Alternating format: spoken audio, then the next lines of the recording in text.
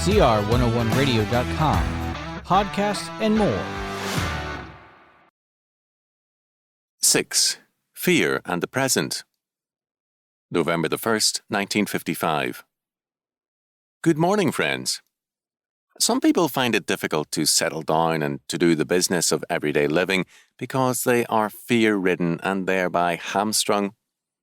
The simplest daily chores are an overwhelming burden, and a tremendous effort of will is required to settle down to the simple obligations of life. Perhaps what is required of them is an ordinary and routine responsibility. They know that it must be done, and that other people do it without a moment's hesitancy. They know that if they fail to do it, or if they defer it, the matter will only haunt them, only add to the burden of their already burdened lives, and yet they find it most difficult to face up to their responsibility. Such people are afraid of the present, of the here and now. They postpone, defer, evade, fight shy of any and every demand for responsibility and action on their part because they are afraid of the present, of today, and of this very hour.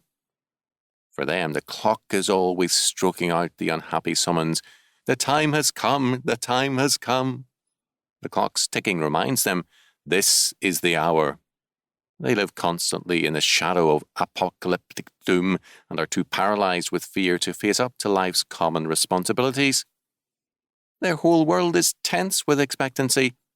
The mailman, the newspaper, every contact is loaded with the burden of expectancy. Something is on the way, perhaps escape, but almost certainly the end. These people can never live in the present. They insist in living in the past and in the future. Because they are guilt-bound people, they are past-bound. All their yesterdays are more real to them than their todays. Whether they interpret the past as happy or unhappy, they are past-bound and guilt-bound. They are in a fearful prison of their own making. Physical chains can easily be broken for them by others, but the chains of sin and guilt are of the spirit, and they can be broken only as man faces himself in the sight of God and finds grace and forgiveness in Jesus Christ.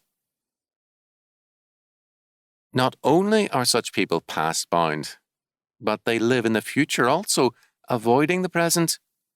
They look to the future hopefully as a source of all good. Somehow, tomorrow must become a Garden of Eden for them to compensate for all their yesterdays and todays, and to give them what they believe they deserve.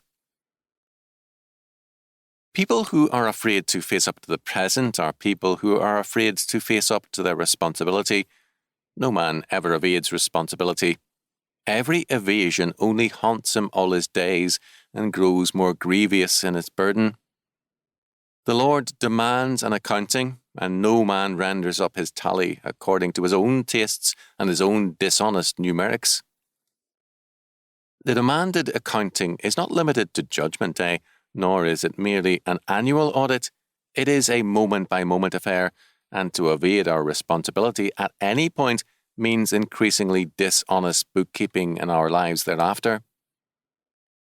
The only way any man can successfully and triumphantly live in the present is to face up to his responsibility under God, and yet no man can render a perfect accounting to God.